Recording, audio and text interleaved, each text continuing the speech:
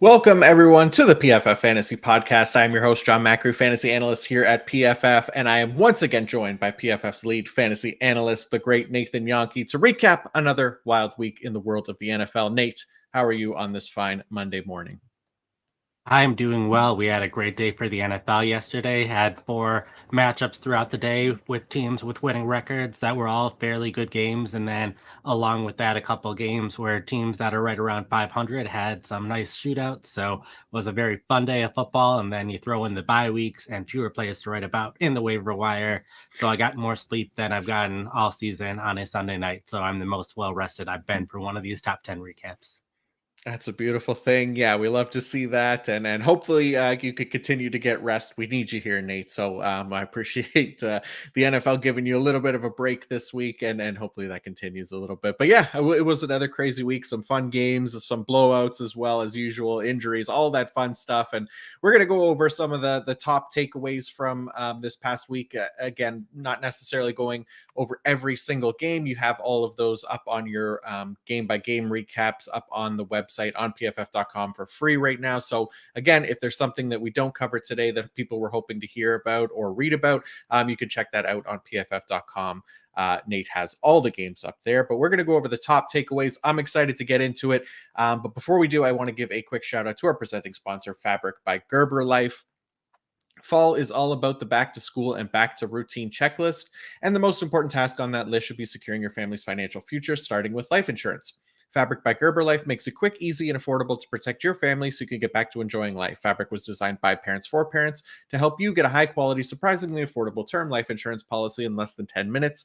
Fabric has flexible policies that fit your family and your budget with quality policies like $1 million in coverage for less than $1 a day. Get your personalized quote in just minutes and then apply when it's convenient for you. It's all online and on your schedule. You can go from start to covered in less than 10 minutes with no health exam required. Join the thousands of parents who trust Fabric to protect their family. Apply today in just minutes at meetfabric.com/fantasy. That's meetfabric.com/fantasy. meetfabric.com/fantasy. Policies issued by Western Southern Life Assurance Company. Not available in certain states. Prices subject to underwriting and health questions. All right, Nate, let's start things off in Baltimore to appease all the PFF Ravens fans. Shout out Gordon and Beckett, where Gus Edwards may have scored 2 touchdowns, but even more impressive than that was the 2023 rookie UDFA out of East Carolina. Keaton Mitchell takes 9 carries for 138 rushing yards at a touchdown in this one. Nate, how did the Baltimore backfield shake out this week to let Keaton Mitchell emerge? Oh yeah, Mitchell, the only 100-yard rusher of the week so far. So he definitely had a good game. Going back a little bit, telling his backstory, since plenty of people probably haven't even heard of Keaton Mitchell. Undrafted free agent, was a lot of buzz in training camp about him. Was playing very well, did graded well in the preseason, then suffered an injury which cost him the first month or so of his season. Came back, was eased into action, played 2 offensive snaps 2 weeks ago, suffered a hamstring injury, so was out for another game. So fast forward to this game, we started off with a pretty typical split between Gus Edwards and Justice Hill. Played roughly 50-50 snaps, but typically when Edwards is on the field, he touches the ball more often, where Hill, when he's on the field, it's more often going to be a pass play. But then in the second quarter, Mitchell started to see more playing time, played very well, broke a long run, had a couple other good runs in there as well, leading to his 100 yards, plus scored the touchdown in there. And it was kind of odd to see Gus Edwards play a lot in the first quarter, but then didn't really play much over the rest of the game. I know he was or had been on the injury report recently, at least. And I know he was at the start of this past week. So I don't know if they were just being cautious, especially since they had a lead, but he was kind of phased out of the offense. And then in the fourth quarter, the Ravens had a big enough lead that they started putting in their backups. Lamar Jackson didn't play at all in the fourth quarter. I don't think Zay Flowers did. Mark Andrews only had 1 snap. And so typically I would have thought this would be a perfect time to get Mitchell even more opportunities. Instead, it was Justice Hill who played all but 2 snaps in the fourth quarter, and that's where Justice Hill was getting all of his carries from. So it was Hill that was the garbage time running back rather than Mitchell. So that was kind of interesting to see. So going forward, I think he's definitely the top waiver wire ad. We'll go over all of this again tomorrow, but he's someone where he might not be good to be in your fantasy starting lineup next week because the Ravens have 3 running backs, but Mitchell graded very well and could very well be the best running back in Baltimore, especially with Gus Edwards having played so much early in the season. They might want to phase back his snaps a little bit. So I think Mitchell could be someone who emerges as the top running back in Baltimore. So you're picking him up not necessarily because he's going to be a consistent fantasy starter going forward, but because he has that potential to be a top 15 fantasy running back down the stretch with the Ravens offense and how well he's been playing. Yeah, really interesting stuff there in their usage. And yeah, I guess that was the thing that stood out to me as well, was that Justice Hill was getting the garbage time snaps, right? Because at first I thought, oh, Justice Hill played a ton, and how stable is Keaton Mitchell's playing time going to be? But nice to see him kind of get the rest treatment with the rest of the starters there. It'll be interesting to kind of see how the usage shakes out in a closer game, but definitely intrigued with Keaton Mitchell for sure. Okay, moving to Alvin Kamara, who has been trending in the wrong direction over the past couple of weeks. Nate, he did do enough to hit our prize picks call from Tuesday last week, but probably not enough to appease fantasy managers, as he finished with just 26 rushing yards and 44 receiving yards. Jamal Williams and Kendre Miller got some work as well. So how much did they cut into Kamara's playing time this week? Oh yeah, Kamara, I had him as a sell high in my 5 to add, 5 to drop, 5 to buy low, 5 to sell high last week, since we are starting to see the running backs get more involved, both Jamal Williams and Kendre Miller. The fact that both of them are seeing playing time isn't great. And Williams in particular was seeing the majority of the third down snaps. And when you think of Kamara throughout his career, he started his career as a third down back, known for his receiving, and that's kind of what carried him over these first couple weeks since his suspension. Is he's had a ridiculously high target rate. So he didn't really have that in this game. So the playing time was down. That meant his carries were down. But along with the other running backs taking playing time, the Saints have been using Taysom Hill more at quarterback these past 2 weeks than they have in previous weeks. Was lined up at quarterback 12 times in this game and ended up running the ball on 11 of those 12 plays. And Hill has been the more effective runner for the team so far this season. Kamara's been given opportunities, but he's averaged 3.7 yards per carry or less in each of his last 5 games. So it hasn't been great for him as a runner. It wouldn't be surprising if Hill continues to see carries, if some of the other running backs also get more opportunities, which means Kamara is probably more of a receiving back, even though he's not getting third downs.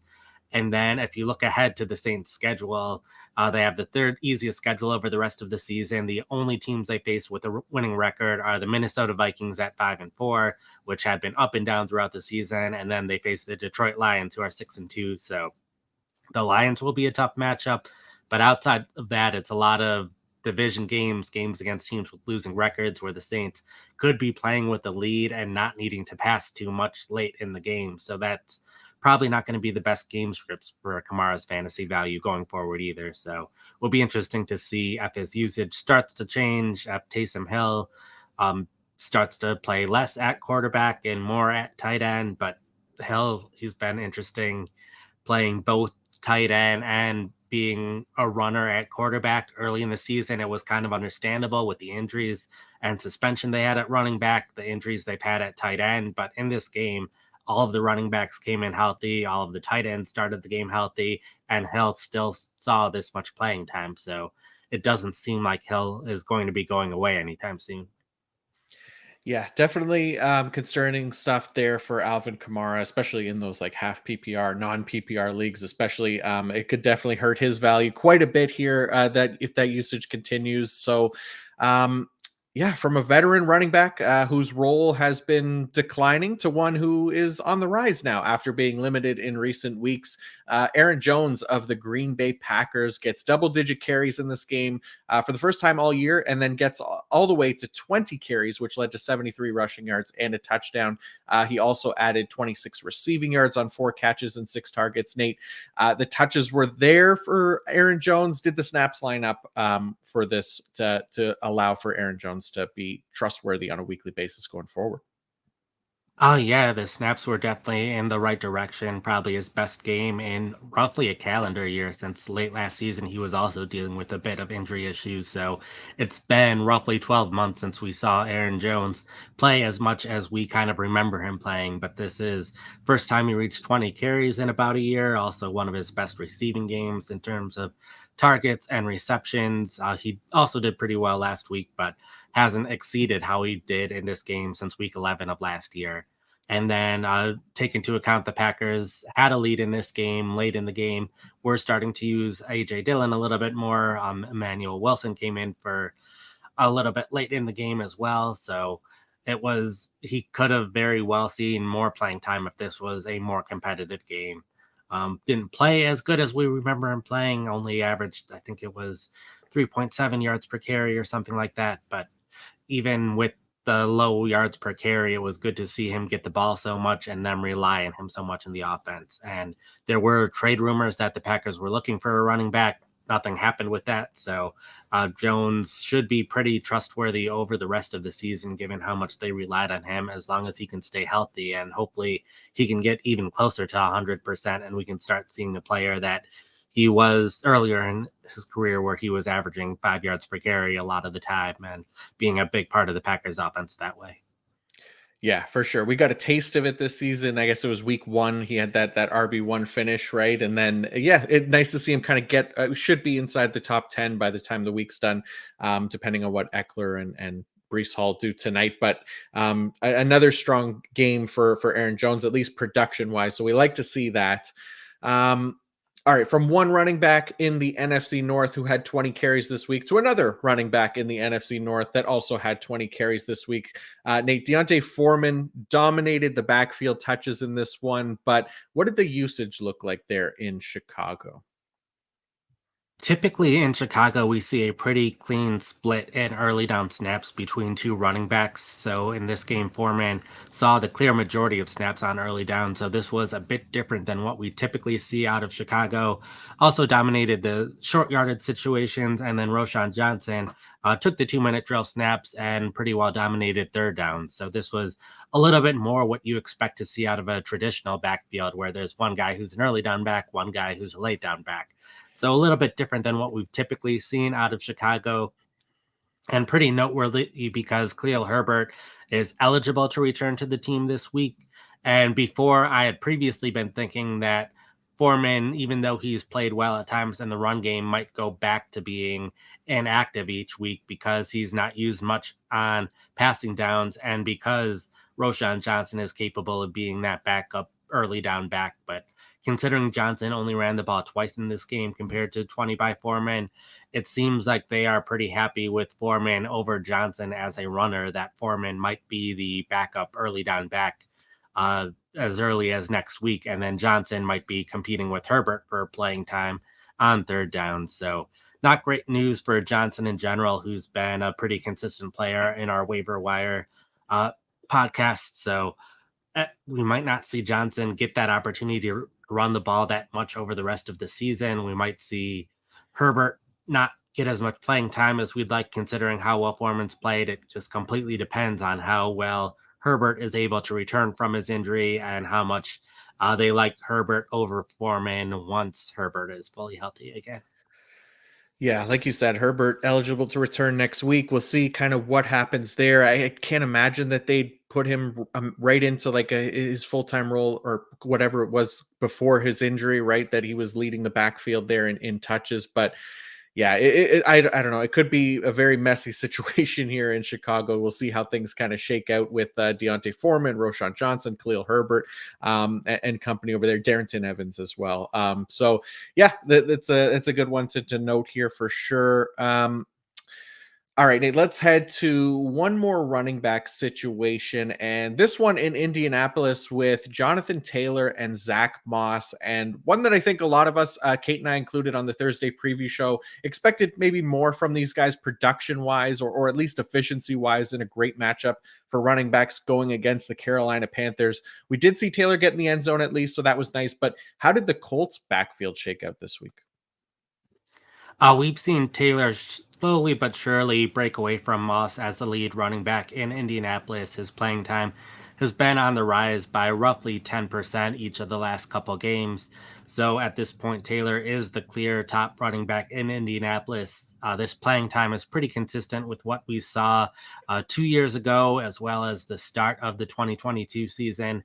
I know at times, both early in his career as well as in the middle of last year before he suffered more injuries, he was playing upwards of 90% of offensive snaps. So not quite there yet, and I don't know if he will get there, but it was still good to see him get so many carries and touches in this game. Wasn't all that efficient, averaged 2.6 yards per carry, and that was also concerning, like you said, going up against the Panthers defense, who has allowed a ton of rushing yards each week. So ideally, would like to see the run game going better for Indianapolis, but the fact that Taylor is seeing so much playing time means he has that potential to be a top 10 fantasy running back again. And we've also reached the point with Moss where I was comfortable starting Moss this past week because of the matchup and because I didn't think Taylor would see this big of an increase in playing time this past week. But now Moss, he can be kept on rosters in some leagues as a handcuff, but no longer has that standalone value where you can put him in your starting lineup unless something were to happen to Taylor. Yeah, I'm with you there. And yeah, the efficiency was definitely a concern. I think it was 2.6 yards per carry for Taylor in this game against the Panthers. We would have expected more, but he did have 7.9 yards per carry last week. So it's not like he's been consistently inefficient or anything like that. We know that he's capable of those big games. And obviously the volume being there is the main thing. So we love to see that for him. So yeah, and then yeah, Zach Moss, unfortunately, probably not going to be in many more starting lineups going forward. But I'm with you. I think still worth holding because he has been good in that role. So we'll see if he gets any more use at all for the rest of this season.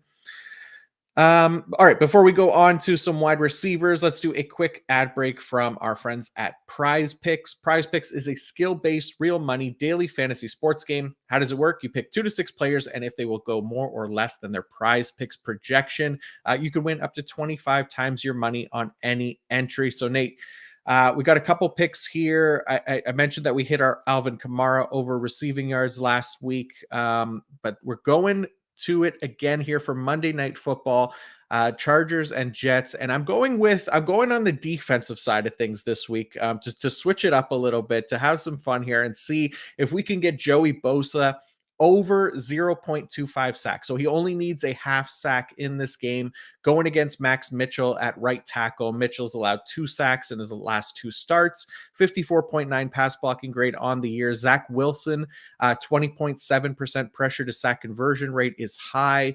Bosa, not the best year for him, 70.9 pass rush grade, but he does take advantage of good matchups. He did have his best game of the year last week versus Chicago, where he got 5 pressures and a sack, a 79.0 pass rush grade. He's got 4 sacks on the year, only needs a half sack in this one. I'm going with Joey Bosa over 0.25 sacks. How about you?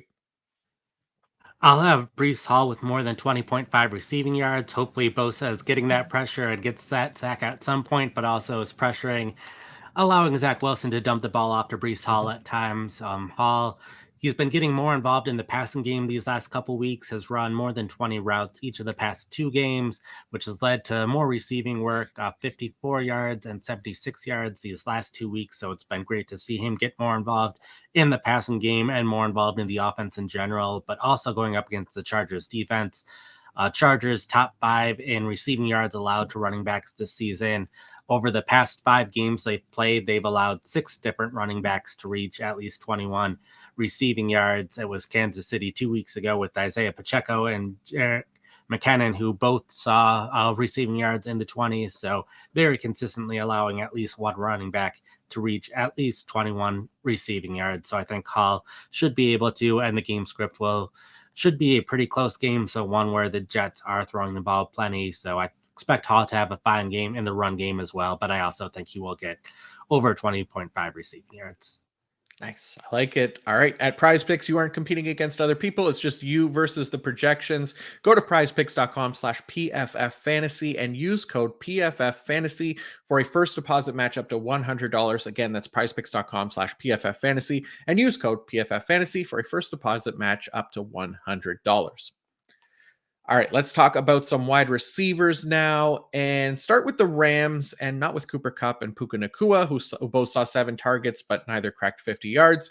But the other Rams receiver who saw 7 targets and also didn't come close to 50 yards, Tutu Atwell. Nate, what did the usage look like for Mr. Atwell to make the list today?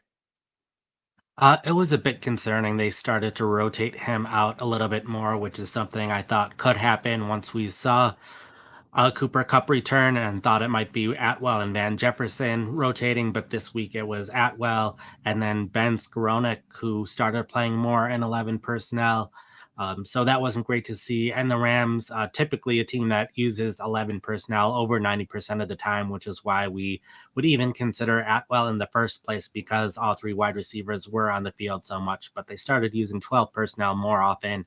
That also meant slight decreases in playing time for Cooper Cup and Puka Nakua as well. Not nearly as extreme as Atwell because he was rotating out, but when they were in 12 personnel, which was often a run formation for them, it was Skowronek and Demarcus Robinson on the field. So plenty of times when teams have run formations, it's not surprising to see them use different wide receivers who might be better as run blockers, but it's not as common in 12 personnel. So a little surprising to see in general out of Los Angeles. And Atwell is just someone who started the season so strong, 17 receptions for 246 yards. It seemed like he'd still be able to have some production over the course of the season with the Rams, but he's been held under 33 receiving yards in each of the last 6 games. So it was starting to get time just based on his production to probably drop him from fantasy rosters. But this decrease in playing time makes it pretty clear that he's going to be pretty unreliable going forward in terms of fantasy production.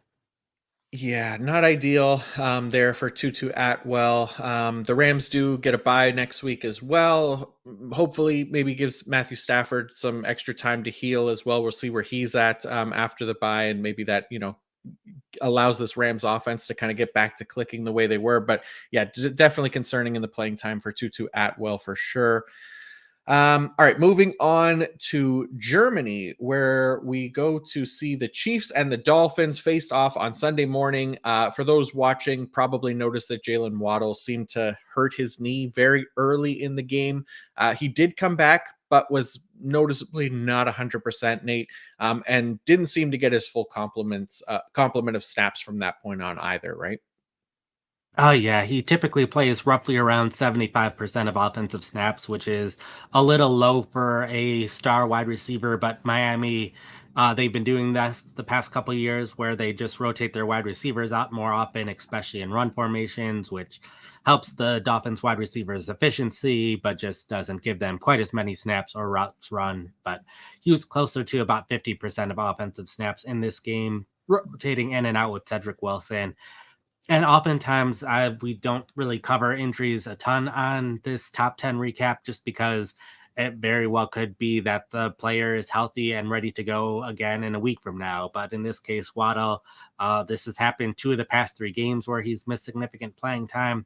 And then also, it was interesting to note his replacement, Cedric Wilson, also started to see more playing time over Braxton Berrios and 11 personnel as well. So this seems to be a little bit of a change at wide receiver where Barrios was very consistently playing in 11 personnel over the first 8 weeks of the season, was playing at least 94% of offensive snaps in that personnel grouping, and then basically never playing in any of the other personnel groupings.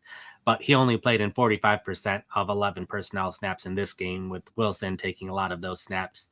So this seems like a case where Wilson, who had a fairly disappointing first year in Miami, was inactive at times and just not seeing a lot of work after getting this really big contract after leaving Dallas. It seems like he's finally worked his way up to being the clear number 3 wide receiver in Miami. So Wilson is someone who could have fantasy value going forward just because this Dolphins offense is so high scoring most of the time when they're not playing Kansas City that there's a chance he could emerge as a clear third receiver in targets, and Miami doesn't have much of a receiving game at tight end. So even though they have 2 star wide receivers, there's a chance a third one could be relevant.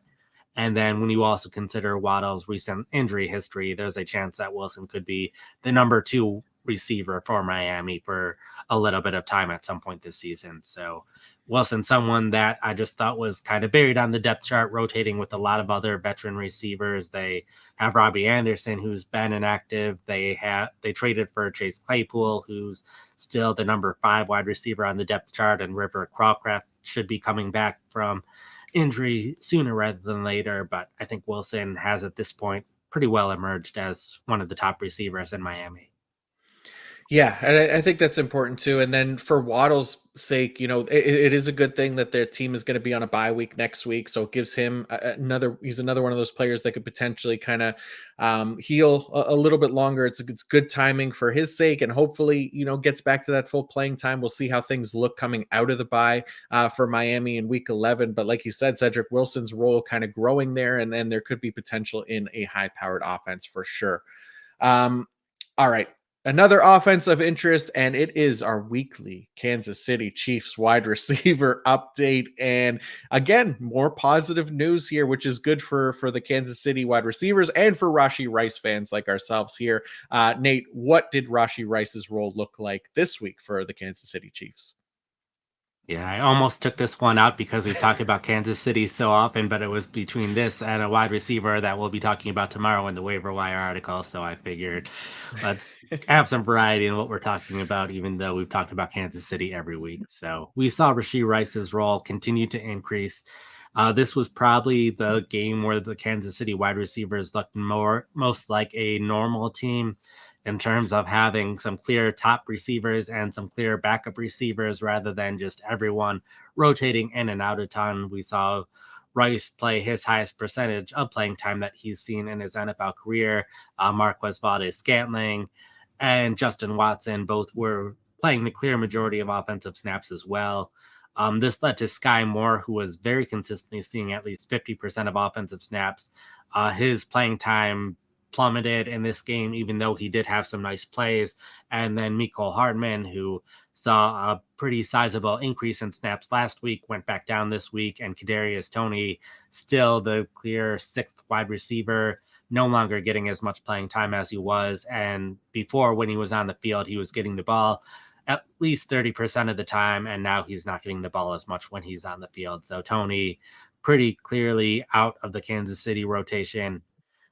So Rashee Rice, even though he didn't put up the biggest numbers in this game, I'm probably trusting him more than I have in the past. And he's starting to see that playing time where you can really start to trust him in your fantasy lineup more often compared to what we were seeing before, where it was a bit iffy and he needed to see a 30% target share and do well on those targets in order to have him in your lineup. But now he just needs a 20 to 25% target share and do well on those targets in order for him to be a comfortable starter. So this has been great to see, and his playing time could continue to rise. It's been going up each of the past 5 games, so it could continue to go up little by little.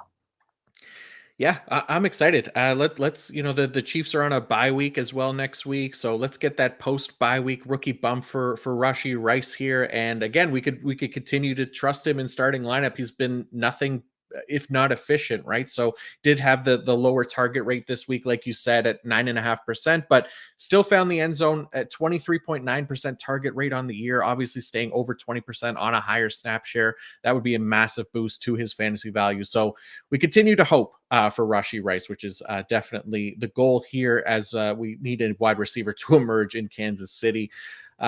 All right, another rookie wide receiver and a relatively new name to talk about as well. Cedric Tillman of the Cleveland Browns becomes one to watch here, Nate. After the team traded Donovan Peoples-Jones at the trade deadline, what did Cedric Tillman's usage look like this week?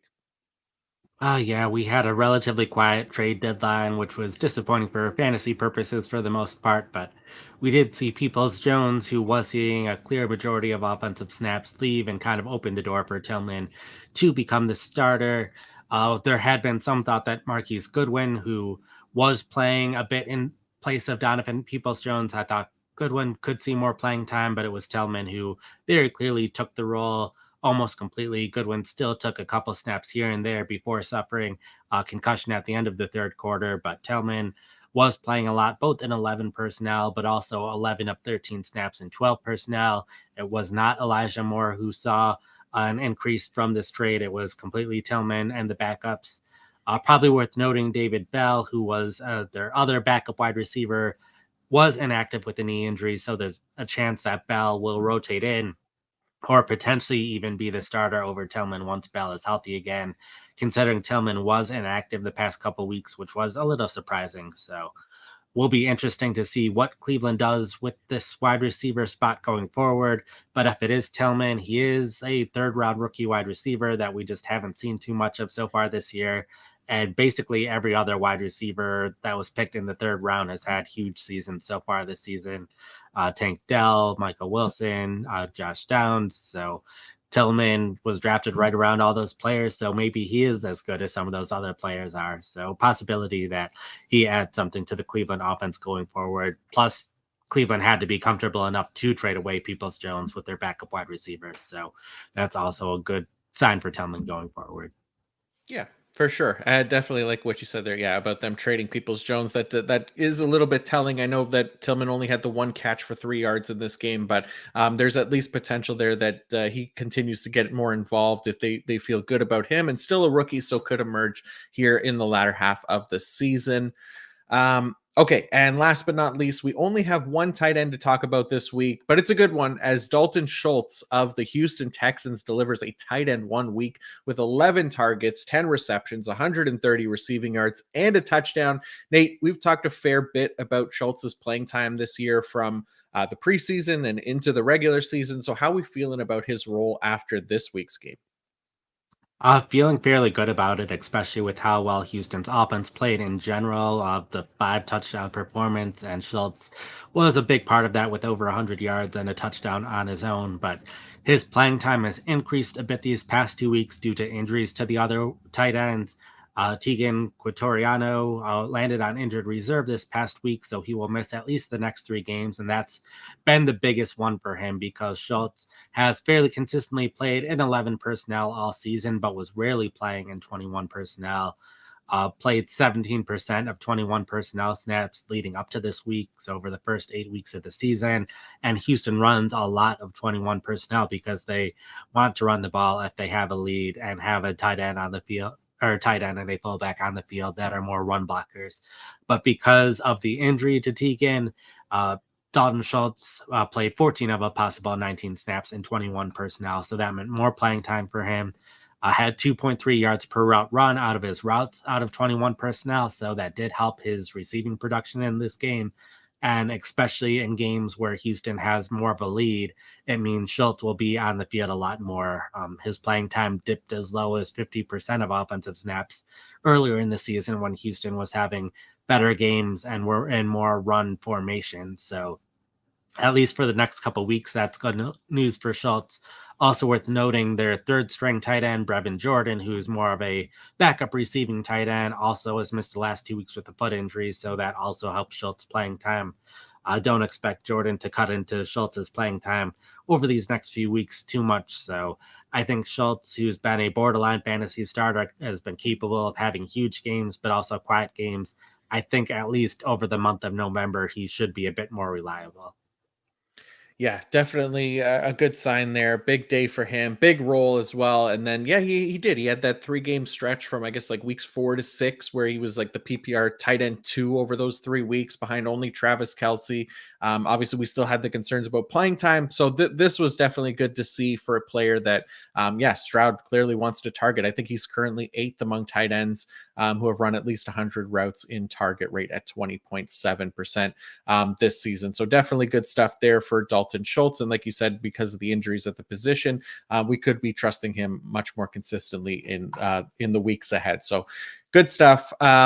But yeah, that's going to do it for our weekly recap. Again, if there was something that you guys hope that we covered from yesterday's games but didn't, you can surely find it on pff.com in Nate's game by game write ups. You can go check out those now on pff.com for free. Nate, what else do you have up for the fine folks on the site today? Oh yeah, have the recap to every game like you mentioned, and we'll mention this week probably more so than most weeks. There were a couple of things that are pretty significant news items, but they were more straightforward. Of this guy was out, so this guy replaced him. Less little details to talk about, like we like talking about on this show. So still worth checking that out and catching those kind of bigger pieces of news as well. Have the waiver wire article that went out that we will be discussing tomorrow. We'll be writing the five to add, five to drop, five to buy low, five to sell high. That'll be going up tomorrow. Rest of season rankings up tomorrow.